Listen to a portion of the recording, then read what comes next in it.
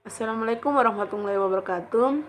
Perkenalkan, nama saya Valdara Brusun, NIM 1803030020. Oke, terima kasih atas kesempatan yang diberikan kepada saya. Di sini saya akan mempresentasikan proposal saya. Yang pertama yaitu bab 1, pendahuluan dan latar belakang. Ilmu pengetahuan dan teknologi berkembang pesat yang mengakibatkan suatu perubahan di berbagai bidang, khususnya pada bidang pendidikan. Pendidikan dinilai bukan hanya pengajaran, sebab pengajaran hanya proses mentransfer ilmu. Sedangkan transfer nilai serta penciptaan dan budi pekerti dengan seluruh aspek yang menyeluruh dapat ditempuh melalui pendidikan. Pendidikan adalah aspek penting untuk menunjang kehidupan manusia. Masyarakat berpendapat bahwa pendidikan yang tinggi dapat menaiki derajat manusia.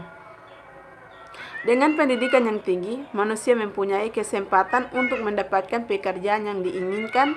Kemajuan suatu bangsa sangat tergantung kualitas pendidikan. Banyaknya negara yang berlomba-lomba mengembangkan aspek pendidikannya untuk mencapai kemajuan.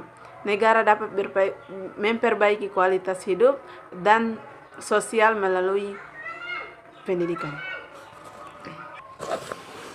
Oke, yang kedua itu B, rumusan dan batasan masalah. Satu, rumusan masalah. Dari latar belakang masalah di atas dapat dirumuskan beberapa pokok masalah sebagai berikut. 1. Apakah kemampuan numerik pada siswa dapat berpengaruh pada materi aljabar?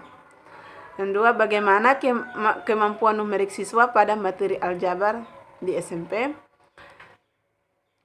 Yang kedua, batasan masalah. Agar pembahasan dalam meneliti ini agar tidak bercabang ke permasalahan yang lain dan diharapkan mendapatkan hasil yang komprehensif tentang kajian yang diteliti, maka penulis membatasi penelitian ini hanya tentang kemampuan numerik siswa pada materi aljabar. Oke, kita lanjut ke C, pengertian judul. Untuk menghindari kesalahpahaman penafsiran dalam memahami kalimat yang merupakan judul skripsi ini, maka perlu dijelaskan beberapa pengertian kalimat dan istilah sebagai berikut. 1. Kemampuan numerik. Kemampuan numerik adalah merupakan kemampuan standar tentang angka dan kemampuan melakukan perhitungan yang juga merupakan bagian dari aktivitas matematika.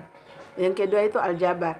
Aljabar adalah sebuah cara untuk mengeneralisasi aritmatika dengan menggunakan perubahan yang umumnya bisa mewakili setiap nilai dalam rumus yang digunakan.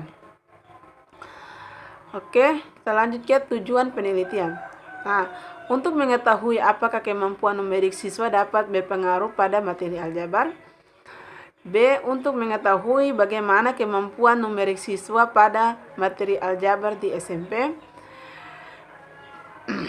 Yang kedua, manfaat dari penelitian ini diantara lain 1A. Secara akademis untuk memenuhi persyaratan dalam menyelesaikan pendidikan strata atau S1 jurusan pendidikan matematika pada Fakultas Tarbiyah dan Keguraian Ambon.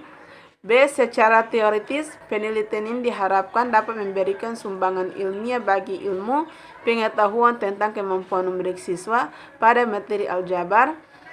C. Secara praktik, penelitian ini dapat dijadikan sebagai sumbang pikiran dan bisa menjadi bahan masukan bagi mahasiswa yang ingin mengetahui secara rit mengenai kemampuan numerik siswa pada materi aljabar SMP.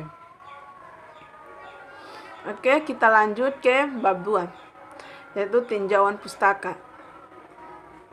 0. Kemampuan numerik. Pengertian kemampuan numerik. Kemampuan yaitu daya untuk melakukan suatu tindakan sebagai hasil dari pembawaan dan latihan kemampuan.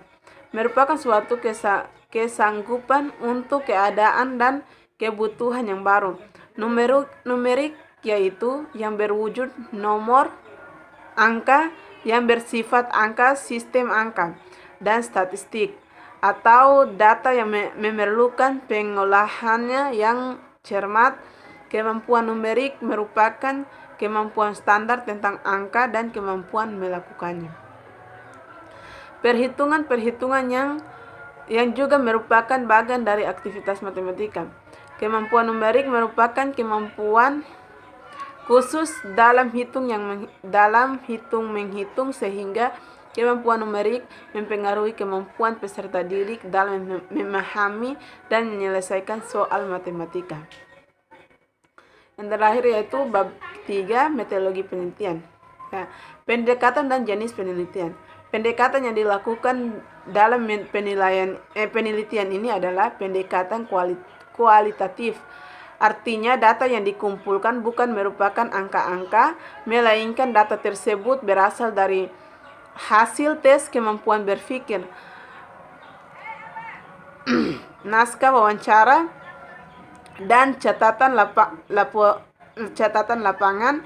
Metode penelitian kualitatif merupakan metode penelitian yang berlandaskan pada filsafat positif, digunakan untuk meneliti pada kondisi objek yang alamiah, di mana peneliti akan instrumen kuno mengambil sampel sumber data dilakukan secara proposif atau snowball. Teknik mengumpul data dengan triangulasi gabungan. Analisis data bersifat induktif, kualitatif, dan hasil penelitian kualitatif lebih merekam makna daripada generalisasi.